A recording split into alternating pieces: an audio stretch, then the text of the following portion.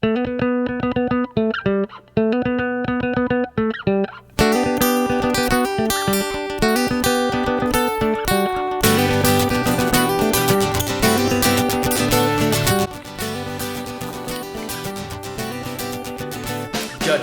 welcome to the CFR of Judging 101 here. Here's what we're looking from. We're looking for step one here. We're looking for a ton of communication and for this communication to be clear. I really don't care if you count every rep, every 5 reps, every 10 reps. You might want to talk to your athlete and see what they prefer. But when you judge, you need to be clear. You need to be clear with your voice. You need to be clear with whatever hand signals you use. And it's probably good to do both. Okay, I've seen athletes that when they compete, they try to count every rep. Okay, I've seen other athletes that they just stop thinking and they totally rely on you in which to tell them when to stop and when to start and et cetera, et cetera. So any communication that you have has to be extremely, extremely clear. Second thing is, sometimes you have to be kind of forceful. And if people don't adhere to the movement standard, it's very easy to no rep them. I did a competition last Christmas, okay, in which I got no rep for a burpee. I can't tell you how many burpees I've done in my life, but I got no rep in a burpee because I didn't put my chest all the way down on the ground. Now, I'll be honest with you, I don't think my judge was in the best position to really tell whether my chest hit the ground or not, but I'll tell you, every burpee I did after that, I went fully down on the ground each and every time because I was not going to have another wasted rep. And so don't necessarily feel bad about no repping people because it will clean up their movement for the rest of that time. You know, if you're not sure, you can warn them, and if they don't change what they're doing, you know, definitely don't feel bad about no repping. You guys know the standards. You know, if we say cross the line, they have to cross the line. If we say lock out the hip, they have to lock out the hip. If we say totally locked out over the head, it has to be totally locked out over the head. So don't feel bad about no repping. And then the last thing here is reminding. You need to kind of lead them, okay, and guide them. Again, this is not the CrossFit Games, so we kind of want you to be a cheerleader, but not really. We want you to, you know, hey, get past this line, come past this line, come past this line. So almost kind of reminding them in a very positive type way. You don't have to. I don't want you to cheer them like, dig down deep. Now is the time. You know that we don't want that. But you definitely lead them. Okay, 5 more. Here we go. 2 more. 1 more. Hey, you're done. Move over to the deadlift now. Nicely done. You know. Okay. Hey, sprint down, sprint back. Good job. You know, kind of remind them, lead them. We don't want confusion on our judges' part or the athlete's part. We want to make this as smooth as possible. And again, so you're kind of a cheerleader, but not really. Thanks for watching. And sorry about the preview.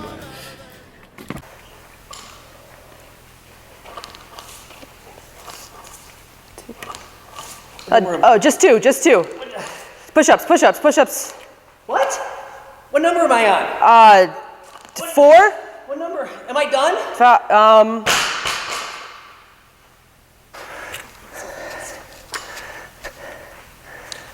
1, 2, 3,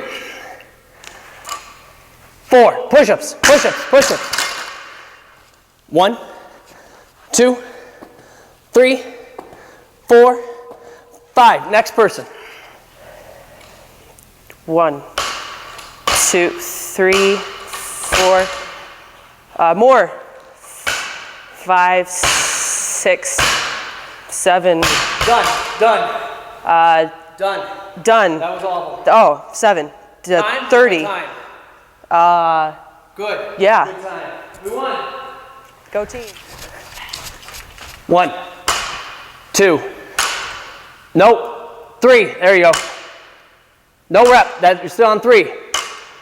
4. 5. No rep. You can't bounce it. Still on 5. 6. 7. How many more? 8. 2 more. To the line. You gotta hit the line. But the line, well, all right. Keep coming to, pull it back to the beginning. It's fine. Here you go, to the line. No, line. There you go. Go. Good job. Here, the whole thing has to cross the line. Whole thing has to cross the line. A little farther, a little farther. Now you're good, now you're good, now you're good. Get out of there. Good, good, good, good, good. Good pull, good job. Winner.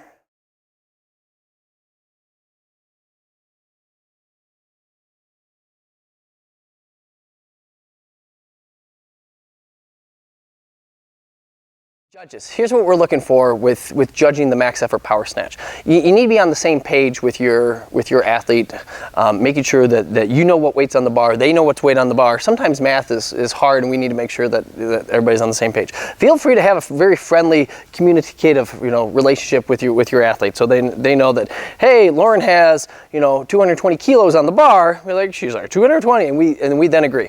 And so then when she goes to snatch, Lauren's just going to snatch a few here. Okay, I'm not sitting in the back, off shot, not being able to see me. I say, hey, good rep, because she showed control at the top. Did she show control at the top? Fantastic. Control at the top, she's good to go. Okay. If she moves a little bit, if she snatches and she moves, that's still good until the point where it just gets to the point of dangerous. So I'd say more than like 3 steps, that'd be a no rep. We're going to give people like little areas in which to work with. But you need to be safe with this, okay? If she gets to the point where she's starting to squat it a little bit, okay, and just getting close, not an actual, oh, beautiful, and she stands it up and say, Lauren, that's a great rep, watch how low you are, you're getting really, really low. And she's like, thanks, Judge, I really appreciate that. And then she puts on a little more weight and she makes sure that she doesn't squat too much, okay? If you see them getting close to something, make sure that you call it, okay? We don't want squat snatches here, we want power snatches. Do we actually also we should have the athletes tell the judge what weight they're doing? Yes, athletes will tell judge what weight they're doing, so they're on the same page. So there's communication on both sides. Yep. Awesome. Judges, here's what we're looking for with this. Again, the biggest thing that we need to establish that fantastic relationship with your athlete, so they're on the same page as what you are and you're on the same page as what they are. You need to count, you need to use hand gestures, you need to do whatever you need to do to make sure that you communicate what rep they're on and if the rep is good or if it's not good. If it's not good, you need to tell them quickly. Okay, if it is good, then you need to tell them and reassure them that what they're doing is really, really good. So I'm just going to do some examples here, and we'll just kind of run Melissa up and down here, make sure that you know what you're doing. Here we go. 1, 2, 3, 4, 5. Nicely done. You're moving on. Fantastic. So you're just keeping tracking each and every time. Okay, she comes up to deadlift. She's going to make some fantastic, and I'm going to get in here really, really tight. You can't see me. So 1, 2, 3, 4, 5. Do one where you don't open up your hips all the way. Oh, no rep. Okay, so we're very clear. Like, there's a no rep. I'm yelling at her. She's resting. She's crying. I'm saying, you're okay. Keep going. Come on. Okay, this is not the CrossFit Games. So if you want to cheer them on, you want to get them moving a little bit, that's absolutely fine. Okay, you just want to be that encouraging counter, almost like somebody in the gym would be. Like if somebody's counting you during the CrossFit Open, they're not only counting you, but they're cheering you on and they're supporting you. So again, we're not winning major prizes here. We're trying to have a healthy, fun competition. Sure.